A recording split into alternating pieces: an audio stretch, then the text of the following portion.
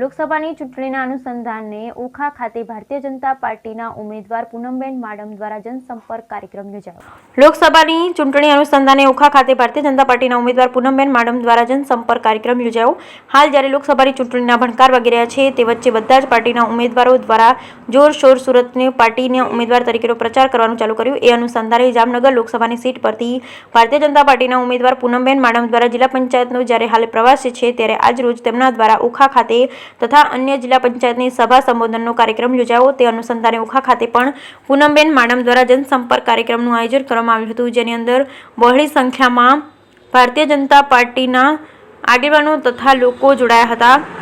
જ્યારે જામનગર વિસ્તારના નરેન્દ્ર મોદીભાઈના નેતૃત્વમાં પૂનમબેન માડમ દ્વારા અનેક વિકાસના કામોને વેગ આપવાનું કામ કર્યું છે. ત્યારે જામનગર લોકસભાના ઉમેદવાર તરીકે ગ્રામજનો સાથે તથા લોકોજન સાથે સંપર્ક કરી આગામી ચૂંટણીમાં વિકાસને વિજયી બનાવવા સંકલ્પને વધુ મજબૂત બનાવે છે.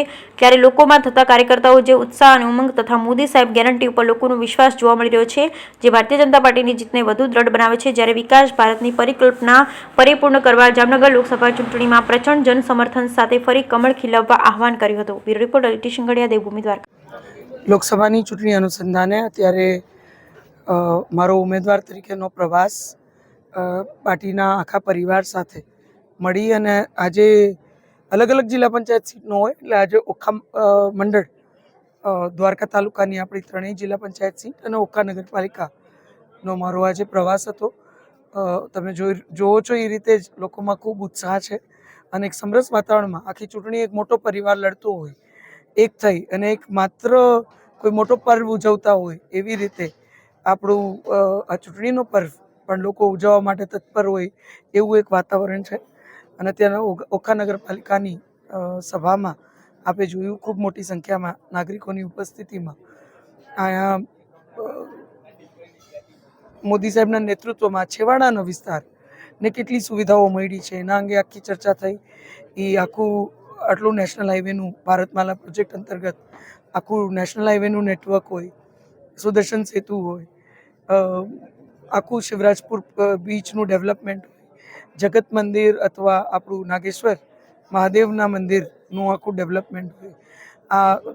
અને જે રીતે અહીંયા રોજગારીની તકો પણ દિવસે દિવસે વધતી જાય છે અને જે રીતે ટુરિઝમ અને ધાર્મિક ટુરિઝમ આ બેયનો વધારો જે રીતે થયો છે એમાં લોકોને નાના મોટા નવા વેપાર ધંધાઓની શરૂઆત કરવાનું, નવી નોકરીઓ મળવાનું, નવી રોજગારીની તકો મળવાનું અહીંયા ખૂબ મોટો અવસર મળ્યો હોય ત્યારે એક સમરસ રીતે કે આ સમગ્ર છેવાડાના વિસ્તારની આજ સુધી જે પ્રકારે નોંધ નહોતી થઈ એવી નોંધ આજ કેન્દ્ર સરકારમાં થઈ હોય મજબૂતીથી, ત્યારે મોદી સાહેબના નેતૃત્વમાં આપણું સાચા અર્થમાં એક ચૂંટણી પણ માત્ર એક પર્વ હોય, એક ઉત્સવ હોય એ રીતે લોકો ઉત્સાહથી અમારા તમામ સભાઓમાં કાર્યક્રમમાં અહીં ઉપસ્થિત રહે છે. કાર્યકર્તાઓ પણ ખૂબ ઉત્સાહમાં છે અને આપ જાણો છો મુજબ ભારતીય જનતા પાર્ટીમાં એક વ્યવસ્થા છે.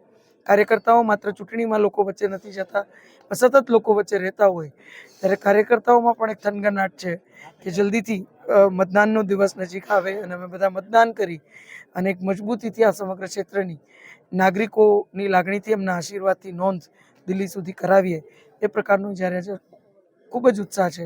ત્યારે મને ખાતરી છે કે વિકસિત ભારતની જે પરિકલ્પના છે એમાં મજબૂતીથી સમગ્ર દ્વારકા જિલ્લો, સમગ્ર હાલાર એટલે કે જામનગર જિલ્લો અને એમાં ઓખા મંડળ પર મજબૂતીથી જોડાશે.